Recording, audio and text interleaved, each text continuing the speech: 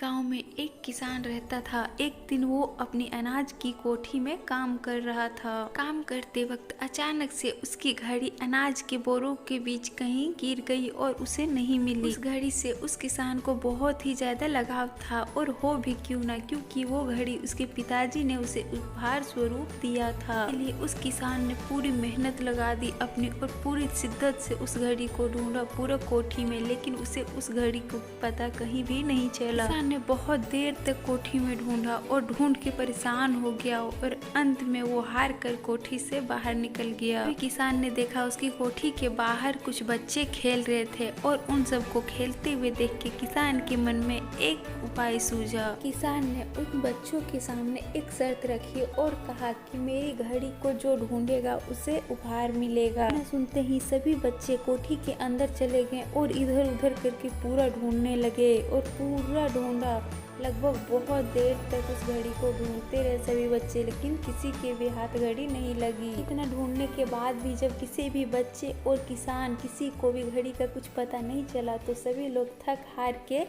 और बाहर निकल गए। सभी बच्चे घर अपने चले गए, और किसान भी मायूस और हताश होकर उसी कोठी के गेट पर बैठ गया। कुछ देर बाद एक बच्चा उधर से आया और उसने कहा कि मैं घड़ी को फिर से ढूंढना चाहता हूँ।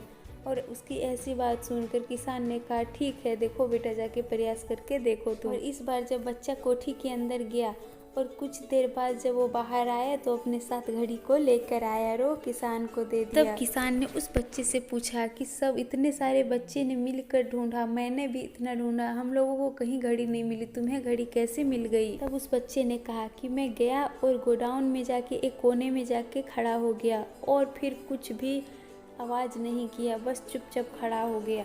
और वहाँ पर मुझे जिस दिशा से घड़ी की टिक टिक की आवाज़ आई, मैंने उस दिशा में देखा जाके, और ऐसे मुझे घड़ी मिल गई। इस कहानी से हमें सीख मिलती है कि हमें अपने लक्ष्य की ओर चित्त मन से और एकाग्र से काम करना चाहिए, और वो भी शांति से।